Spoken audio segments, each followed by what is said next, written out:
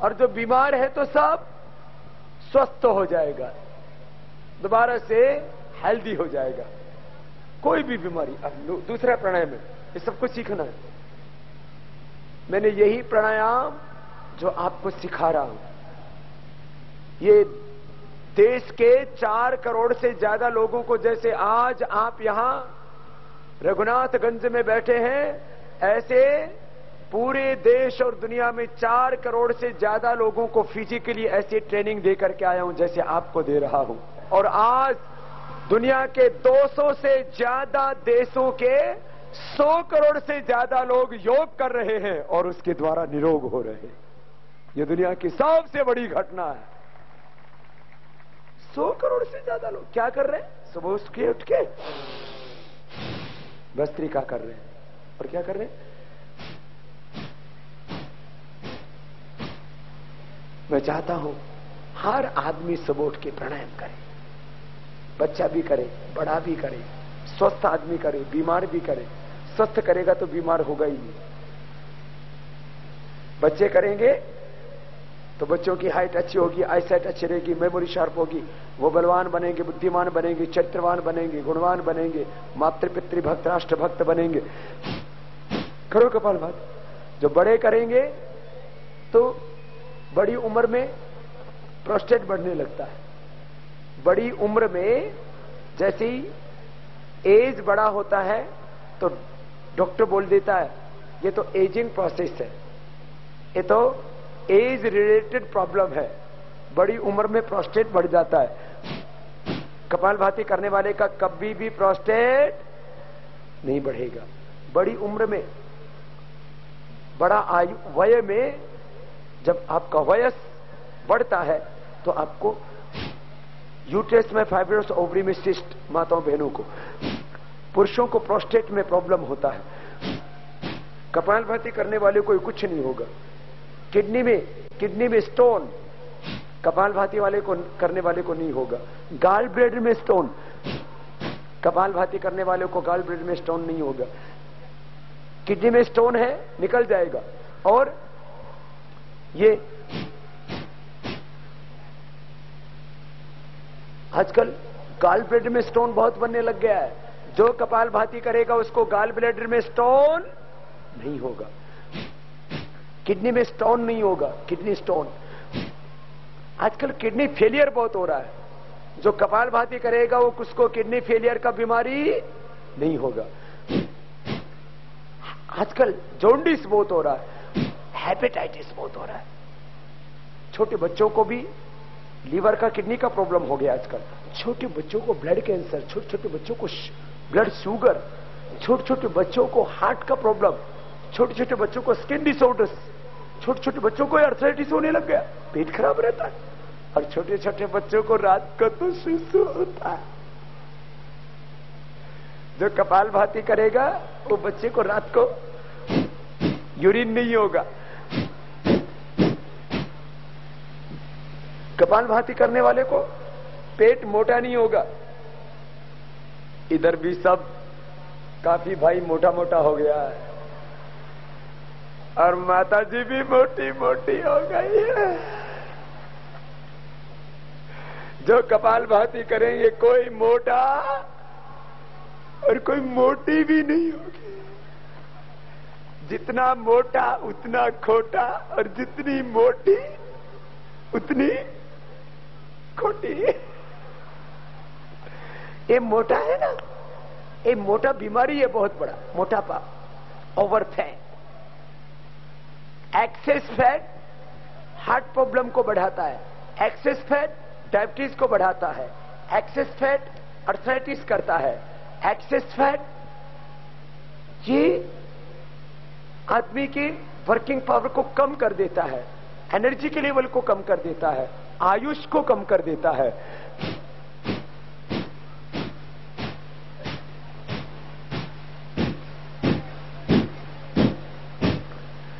जो कपालभाति करेंगे मोटापा होगा ही नहीं, और जो मोटे हैं वो पतले हो जाएंगे, और जो दुबले हैं वो तगड़े हो जाएंगे।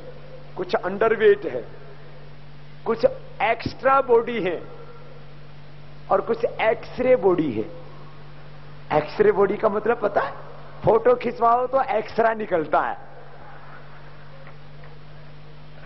जो कपालभाति करेंगे वो एक्स्ट्रा बॉडी नहीं होंगे और एक्सरे बॉडी भी नहीं होंगे। शुगर नहीं होगा। आज भारत में करीब 10 करोड़ लोगों को शुगर का बीमारी हो गया है। कितना लोगों को? 10 करोड़ लोगों को या तो शुगर का बीमारी हो चुका है, बॉर्डर लाइन शुगर है, और शुगर से फिर अंधे हो जाते हैं।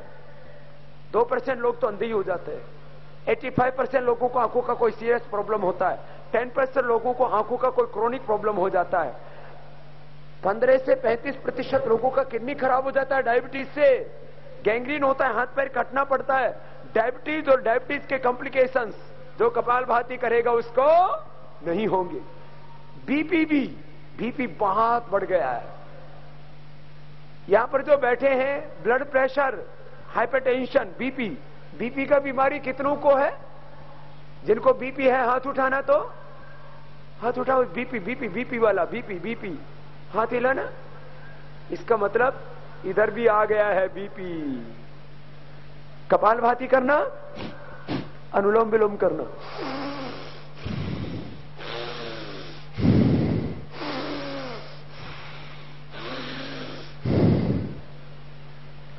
जो कपालभाति अनुलोम विलोम करेंगे उनको बीपी का, शुगर का बीमारी नहीं होगा, और है तो मिट जाएगा। शुगर का बीमारी कितने को है? शुगर का बीमारी खड़ा करना। शुगर तो ज्यादा हो गया है।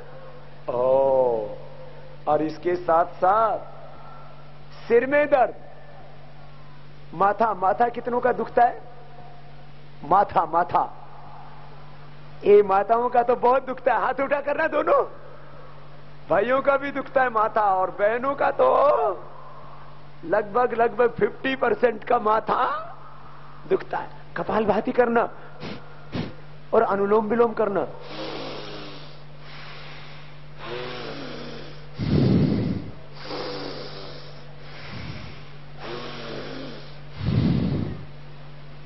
आप दवाई लेके थोड़े दिनों तक अपने बीमारी को कंट्रोल कर सकते हो, लेकिन कोई दवाई से बीमारी क्योर नहीं होती है।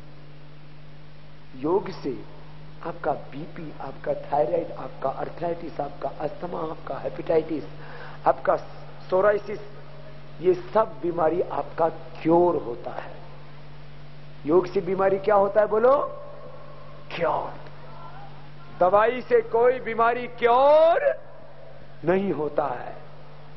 अब सुनो, 8 प्राणायाम आपका बीमारी क्योर करेगा, पूरे सिस्टम को स्ट्रांग बनाएगा, ऑटोइम्यून डिजीज से आपको बचाएगा, और इस योग करने में किसी का कोई पैसा नहीं लगता। अब कपालभाति अनुलोम विलोम करते हो तो इससे कोई पैसा लगता है? बाबा रामदेव को रॉयल्टी देना पड़ता है? नहीं? तो योग में free of charge treatment, free of charge, no side effect. किसी दवाई का, कोई भी दवाई है तो उसका क्या होता है? Side effect. लेकिन योग का कोई साइड इफेक्ट नहीं होता और तुरंत फायदा होता है। तीसरा बाह्य प्राणायाम।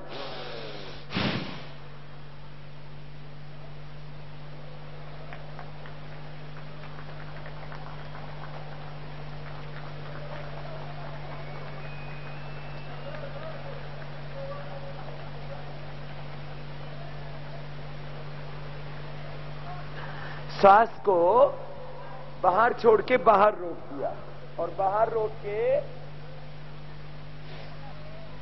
होल्ड कर दी।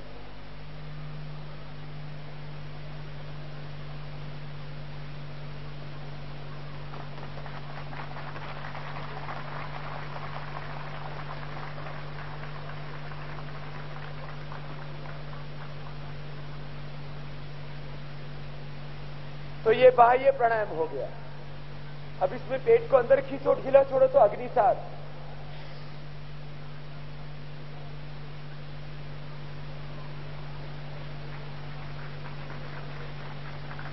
ये पेट का, और गोल घुमाओ तो नोली हो गया।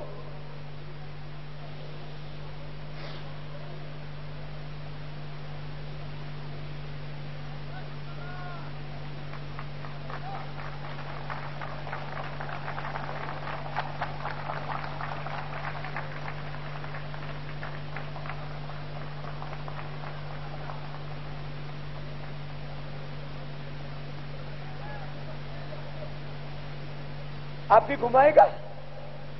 बोले बाबा हम तो पीछे से घुमाएगा,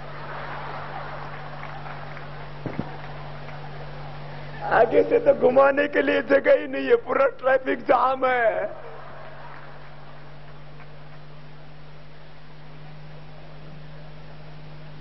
योग करेंगे भस्त्रिका, कपालभाति, बाह्य प्राणायाम, अग्निसार, गले के लिए थायराइड के लिए उज्जाई,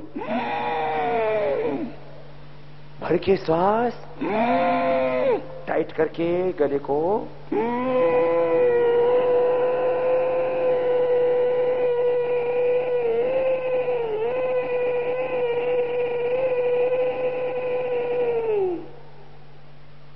भर के रोक के रखा, फिर दाएं नाक को बंद करके बाएं से बाहर जा, ऐसा। ये 3 से 5 बार करना। भस्त्रिका 5 मिनट, कपालभाति 10 से 15 मिनट, बाह्य प्राणायाम 3 से 5 बार, उज्जाई 3 से 5 बार।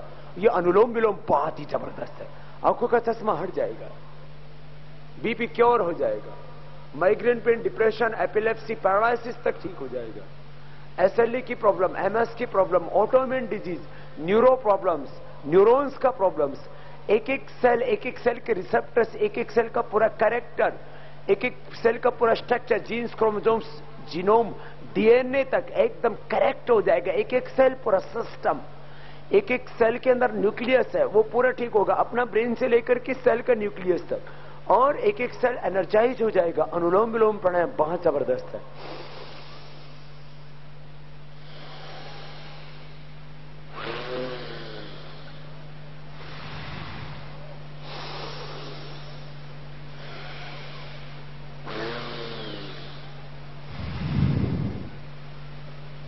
ये 5-5 मिनट करके 10-15 मिनट। फिर इसके बाद भ्रामरी उद्गीत, ये स्ट्रेस के लिए बहुत जरूरी है। स्ट्रेस से तो सभी लोग पीड़ित हैं, सबको स्ट्रेस है, तनाव है, और स्ट्रेस से, अवसाद से, डिप्रेशन से पूरा जीवन नरक बन जाता है। हाँ?